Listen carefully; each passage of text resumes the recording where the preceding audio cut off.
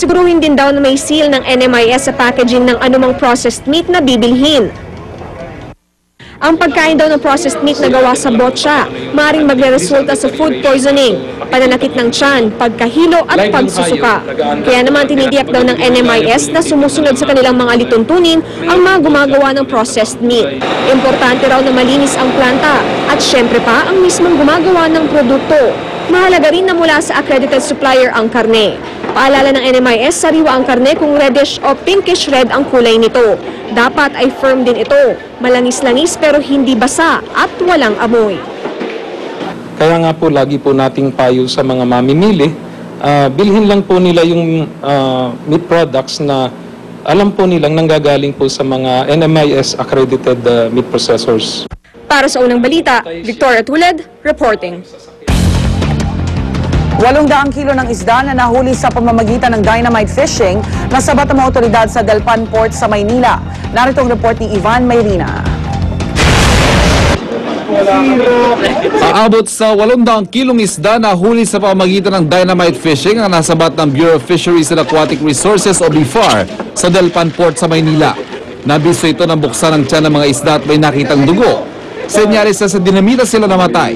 Karamihan sa mga isda, mga dalagang bukid pero may mangilang-ngilang mga mamahalin tulad ng tuna at iba pa. Ayon sa BFAR, sakay raw ang mga isda ng MV Gemma, isang cargo vessel mula sa Palawan. Pero giit ng mga tauhan nito, hindi nila alam kung sino nagpakarga ng mga isda. Kaya naman hirap ang BFAR na matukoy kung kanino galing ang mga isdang huli sa putok. Aminado ang BFAR na sa ganitong pagkakataon, wala raw ngipin ang batas laban sa dynamite fishing para panagutin ang pinagkargahang barko.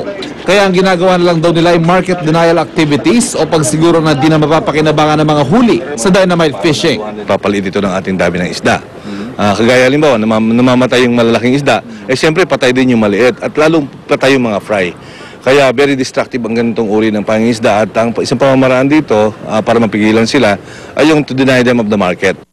Para sa unang balita, Ivan Mayrina reporting.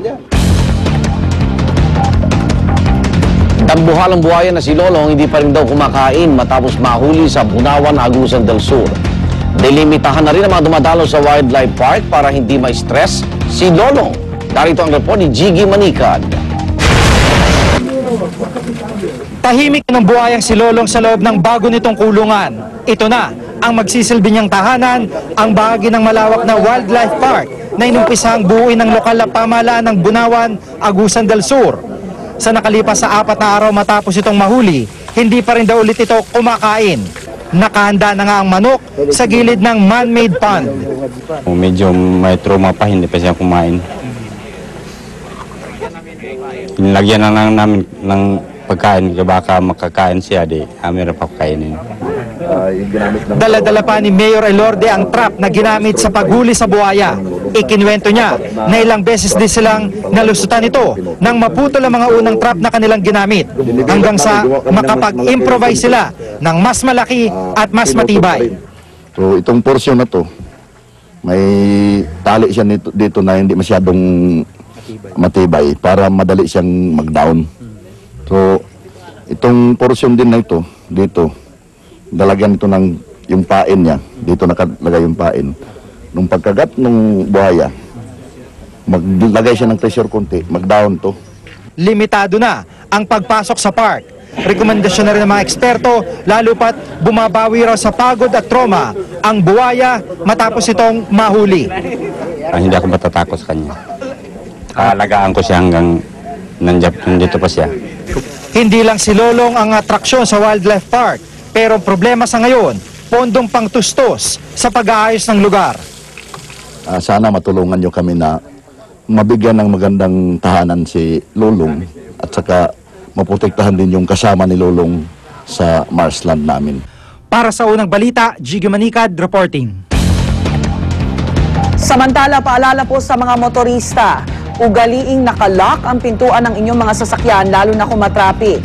Sa EDSA Guadalupe sa Makati, huling-huli sa CCTV ang pagnanakaw ng tinaguriang batang hamog sa ilang dumaraang sasakyan. Narito ang exclusive report ni Chino Gaston. Aktwal na nakuna ng CCTV ang pagbubukas ng pinto ng taxi ng ilang pinaniniwalaang mga menor de edad. Kasunod nito ang mabilis na paghablot sa mga gamit ng driver at pasahero bago kumaripas palayo. Nagtangka pang bumaba ang driver pero pinagsusuntok siya ng isang binatilyo sabay takbo. At nang umasta ang driver na hahabulin ng sospek, pinagbabato naman siya ng isang grupo ng kabataan. Tila alerto sa paparating na otoridad, sabay-sabay umakyat sa protective barrier ng MRT ang mga bata at tumawid pa sa riles. Pero hindi pala sila magsisiuwi at sa halip ay nagpalit lang ng damit bago nagtangkang pumunta sa southbound lane. Sa puntong ito, dumating ang mga taga-MMDA. Tumawid silang muli ng riles at tumakbo papunta sa direksyon ng Laperal Compound. Isa lang daw ito sa marami ng pagkakataong ikinasa ang ganitong modus ng mga binansagang batang hamog. Kaya babala sa mga motorista, lalo na yung sumasakay sa taxi. Pinaka-safe dyan is dapat pag sumakay ka ng taxi, nakalock din. Lahat ng pintuan mo at saka yung windows nakasara. Ganon din sa driver, no? Kahit na nag-iisa lang siya dun sa taxi niya, dapat nakasara din, nakalock yung pintuan. May mga naiulat na ring bagong estilo kung nakalock ang pintuan ng sasakyan, kung saan niyuyugyog ang hood ng sasakyan para aasarin ang mga sakay nito. Pag may bumaba, saka sila magnanakaw. Hindi na rin daw sa Guadalupe lang limitado ang kanilang pambibiktima. Ito naman sa may Cubao, yan sa may Aurora ho.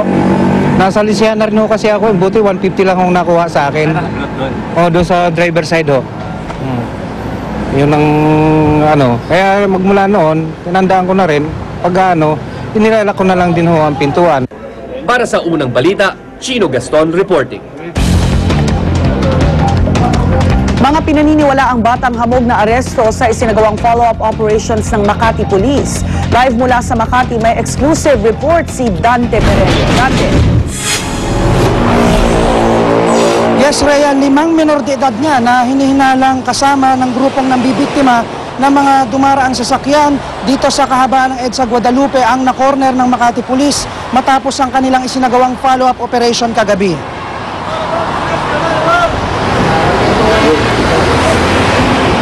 Matapos makuna ng CCTV ang ginawang pagbukas sa pinto ng isang taxi at paghablot sa gamit ng mga pasahero nito. Panununtok at pambabato sa driver ng pormang bababa at hahabulin ng mga sospek. Ang mabilis na pagkaripas ng takbo palayo at pag-akyat sa protective barrier ng MRT hanggang sa pagtawid sa riles ng mga sospek na pinaniniwala ang mga minor de edad. Naglaho silang parang bula papunta